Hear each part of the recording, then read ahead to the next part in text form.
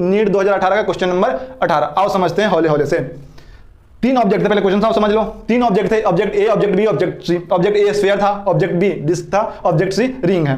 तीनों एक सेम ही ओमेगा से रोटेट कर रहे हैं, ऐसे रोटेट सेम से कर रहे हैं, ओमेगा तीनों का सेम है, तीनों का मास भी सेम है, तीनों का रेडियस भी सेम है। हमसे पूछा गया है the amount of work required to bring them to rest would satisfy the relation, कि कितना वर्क चाहिए इन तीनों को रोकने के लिए और उन तीनों वर्क का आपस में रिलेशन बताना है। तो चलो देखो इसमें कितना वर्क चाहिए।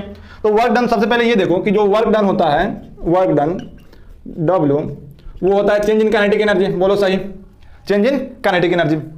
अच्छा, काइनेटिक एनर्जी कितना होगा, रोटेशन है तो हाफ आई ओमेगा स्क्वायर। ठीक, अब हाफ आई ओमेगा, इनिशियली तो रोटेट कर रहा था ओमेगा से, तो इनिशियल काइनेटिक एनर्जी कितना हो जाएगा, हाफ आई ओमेगा स्क्वायर। और उसको रेस्ट पे लाना है, मतलब ऐसे घूम रहा था कोई चीज को, उसको पकड़ के ऐसे उल्टा नचा देना, रोक देना। ऐसे घूम रहा तो बंद कर दिए, तो हमें एगेंस्ट में काम करना पड़ा। ये तो ऑलरेडी घूम रहा था ना, इनिशियली घूम रहा था, और इसको पकड़ना है, मतलब इसको घूमने का एगेंस्ट में रोक के काम करना है, हमको एगेंस्ट वर्क करना है। तो इस कारण से चेंज इन काइनेटिक एनर्जी कैसा लिखेंगे, half I omega square minus का 0 इक्वल टू वर्क डन। बोलो सही, तो 0 तो हटा ही दो, तो वर्क डन कितना आ गया, हाफ आई ओमेगा स्क्वायर। बोलो सही।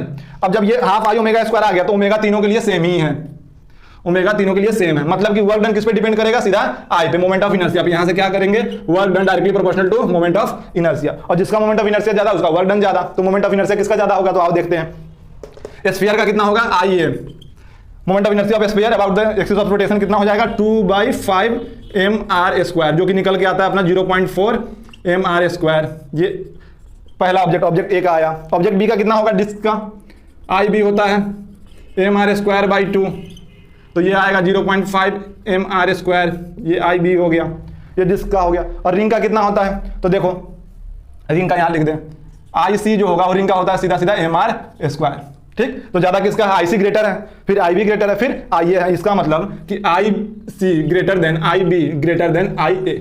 सबसे ज्यादा रिंग का है, फिर डिस्क का, फिर स्फीयर का। तो आई सी जिसका आई बड़ा उसका डब्ल्यू भी बड़ा, तो इसका मतलब work done W C greater होगा, डब्ल्यू बी ग्रेटर होगा, उससे ग्रेटर डब्ल्यू से ग्रेटर डब्ल्यू बी से ग्रेटर डब्ल्यू सी हो जाएगा। बोलो सही भाई, I C greater than I B और I B greater than I A, तो इसका मतलब W C greater than W B और W B greater than W A. क्यों, क्योंकि work done directly proportional to moment of inertia है। अगर इतना बात समझ में आई तो आंसर सॉल्व हो जाएगा।